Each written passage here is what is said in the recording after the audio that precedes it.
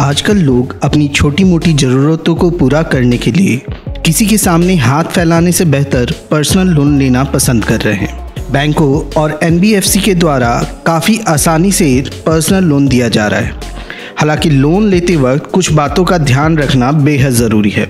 ऐसा नहीं करने से आप किसी समस्या में फंस सकते हैं।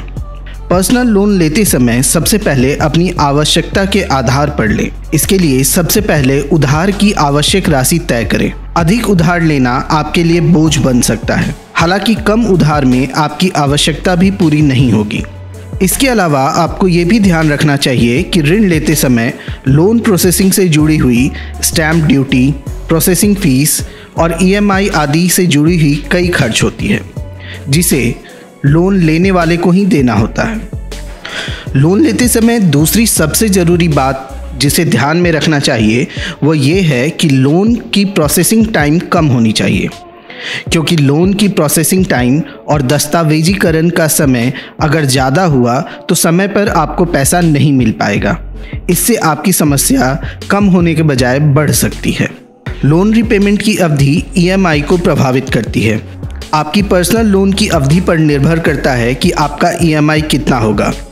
अवधि जितनी लंबी होगी ईएमआई उतना कम होगा। हालांकि आपको ब्याज अधिक देना पड़ सकता है। प्रीपेमेंट की शर्तों को भी ध्यान में रखना ज़रूरी है, क्योंकि प्रीपेमेंट पर ज़्यादातर बैंक पेनल्टी चार्ज करते हैं।